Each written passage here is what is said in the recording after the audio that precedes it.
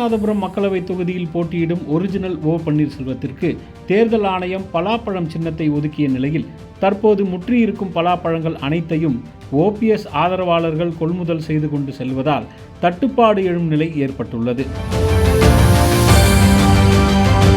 மக்களவைத் தேர்தலில் ராமநாதபுரம் தொகுதியில் போட்டியிடும் ஓ பன்னீர்செல்வத்தை எதிர்த்து 5 பன்னீர்செல்வங்கள் போட்டியிடும் நிலையில் ஓபிஎஸ் கேட்ட வாலி சின்னத்தை மற்றொரு பன்னீர்செல்வத்திற்கு ஒதுக்கிவிட்டது தேர்தல் ஆணையம். பழைய பன்னீர்செல்வத்திற்கு கிடைத்தது என்னவோ பலாப்பழம் சின்னம்தான். ஏற்கனவே இரட்டை இலையை தனக்கு ஒதுக்க கோரி ஓபிஎஸ் செய்த போராட்டங்கள் அனைத்தும் வீணாகி போனது. இந்த நிலையில் தனக்கு வாலி சின்னம் வேண்டும் என்று தேர்தல் ஆணையத்திடம் கோரிக்கை வைத்து காத்திருந்தார் ஓபிஎஸ்.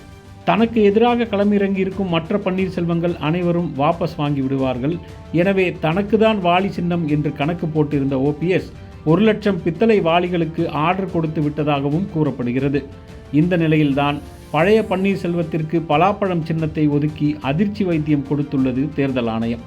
வாலி சின்னம் மற்றொரு பன்னீர்செல்வத்திற்கு ஒதுக்கப்பட சரி நமக்கு வாய்த்தது பலாப்பழம்தான் என்று சின்னம் ஒதுக்கப்பட்ட அன்றே பலாப்பழத்தில் தாமரையை கட்டி மேடையேற்றினார் ஓ பன்னீர்செல்வம். இந்த நிலையில் தற்போது பன்ருட்டி, கொல்லிமலை உள்ளிட்ட பகுதிகளில் விளையும் பலாப்பழங்களை மொத்தமாக வாங்க ஓபிஎஸ் ஆதரவாளர்கள் ஆர்டர் கொடுத்திருப்பதாகவும் இனி ராம்நாடு முழுவதும் வீடுகளில் பலாப்பழம் வாசம் கமகமக்கும் என்றும் பேசப்படுகிறது.